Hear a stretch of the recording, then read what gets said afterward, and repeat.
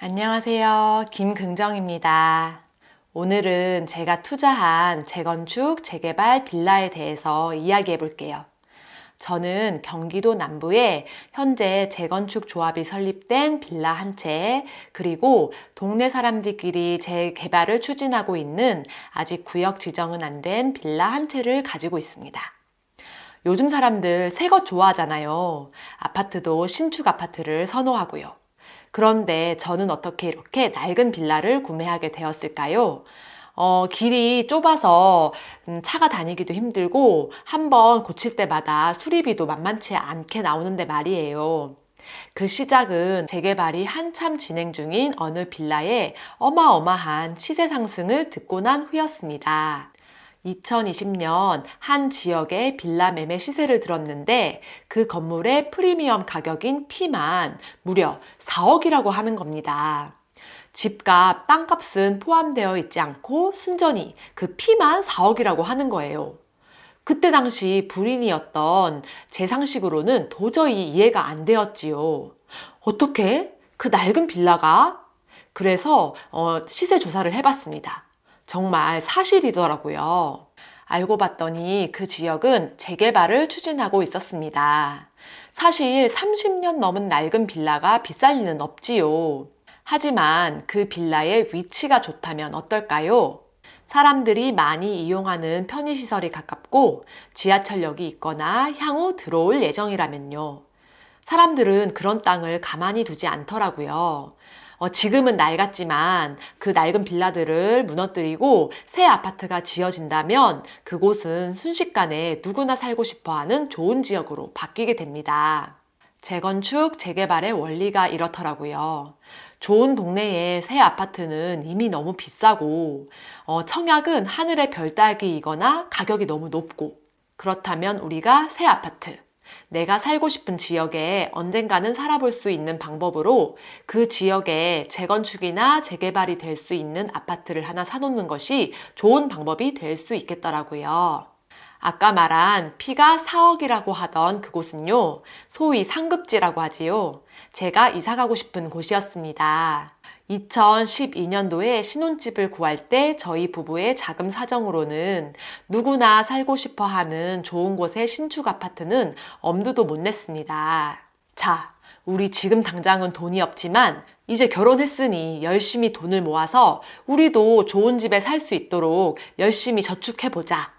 그런데 여러분, 계산을 한번 해봅시다. 우리 부부가 결혼한 지 10년 됐거든요. 아까 P만 4억이라고 했지요?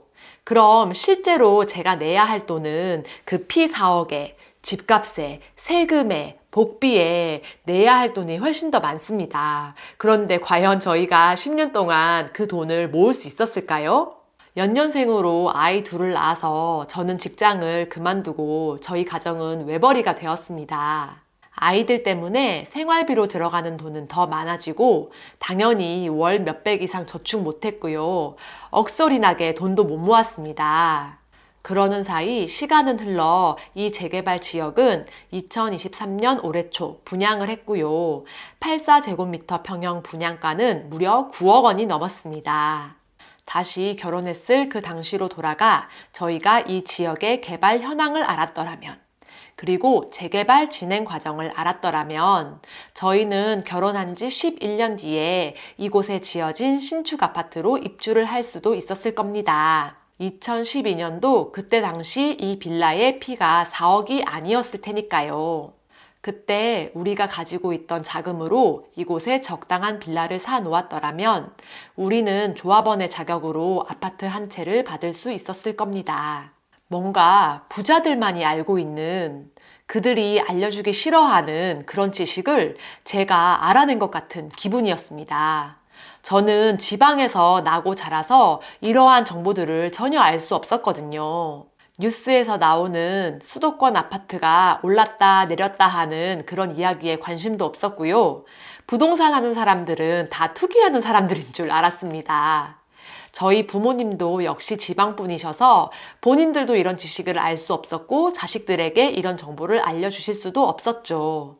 알고 보니 서울에 좋다고 하는 아파트, 그리고 경기도의 요지에 지어진 좋은 아파트들이 이렇게 재건축, 재개발로 지어진 아파트들이 정말 많더라고요. 너무 뒤늦게 알게 된 것 같아 좀 많이 분했지만 제 이름이 김긍정 아닙니까?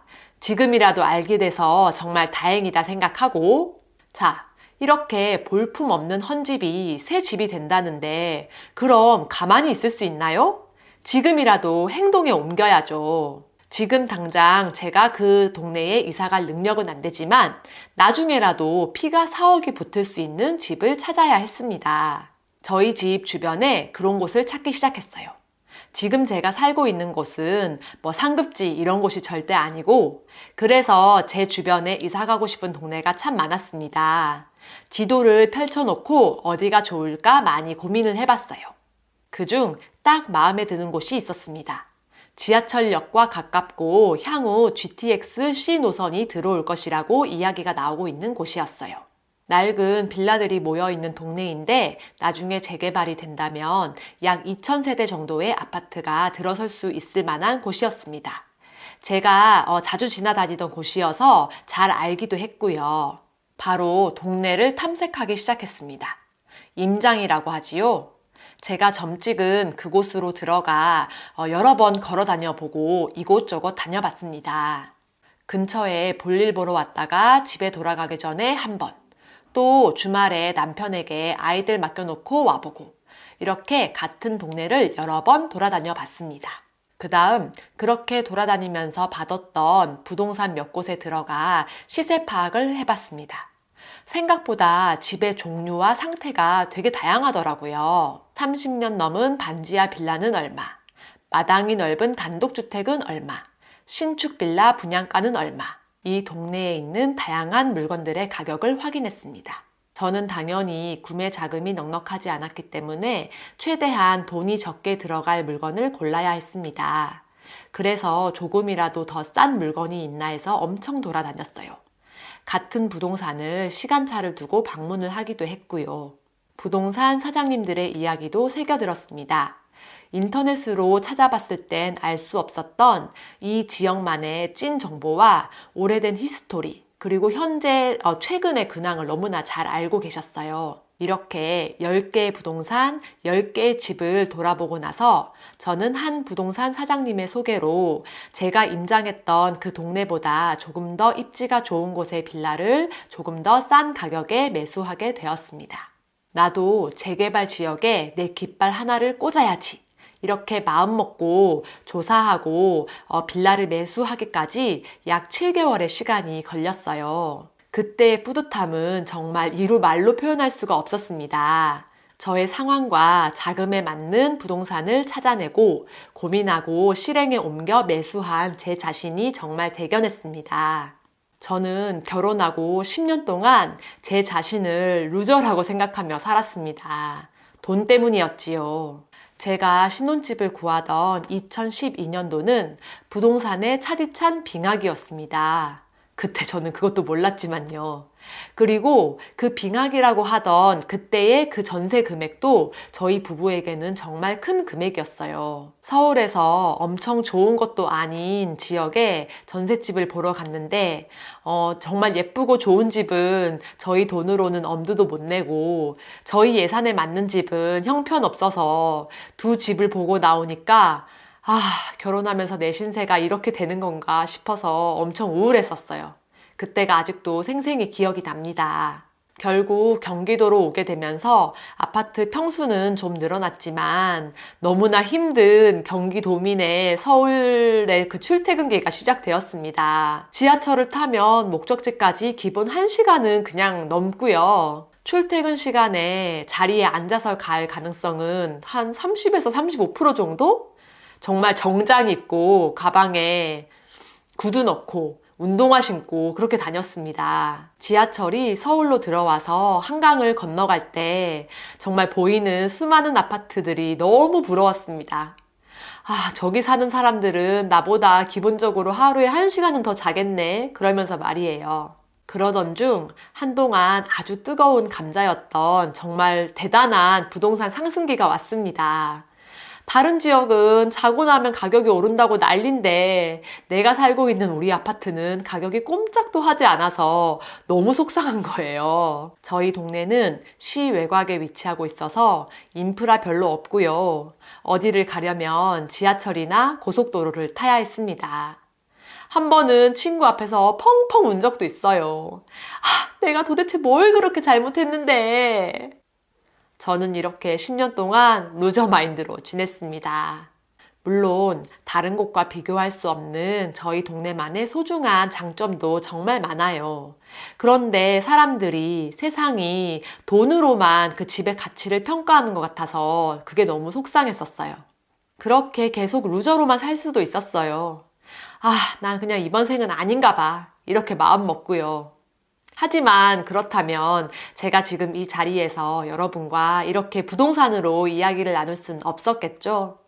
많이 가졌다는 남을 부러워하고 내 신세를 한탄하는 것이 아니라 딱 그 자리에 서서 지금 나의 상태는 무엇이며 내가 필요한 것은 무엇이며 그러면 나는 무엇을 할 수 있을까? 그렇게 고민을 해보고 또 용기를 내서 실천을 한 제 자신이 정말 대견합니다. 이 재개발 물건은 시간이 자라면서 무럭무럭 자랄 것이고 우리 가족의 든든한 버팀목이 되어줄 것입니다. 언젠가 새 아파트가 지어지면 그 아파트에 입주를 해도 될 것이고요. 보다가 적당한 가격에 팔아도 되고 나중에 우리 아이들의 든든한 보금자리가 되어줄 수 있을 것입니다. 그 기대와 희망이 저를 루저에서 행복한 사람으로 바꾸어 주었습니다. 2023년 지금은 부동산 상황이 제가 빌라를 구매했던 2020년과는 많이 다릅니다. 정부 정책도 다르고 은행 금리도 달라요. 그래서 여러분께 지금 당장 무언가를 사야 합니다. 이렇게 말씀드리는 건 전혀 아니에요. 하지만 어떤 것이든 상황은 돌고 돕니다.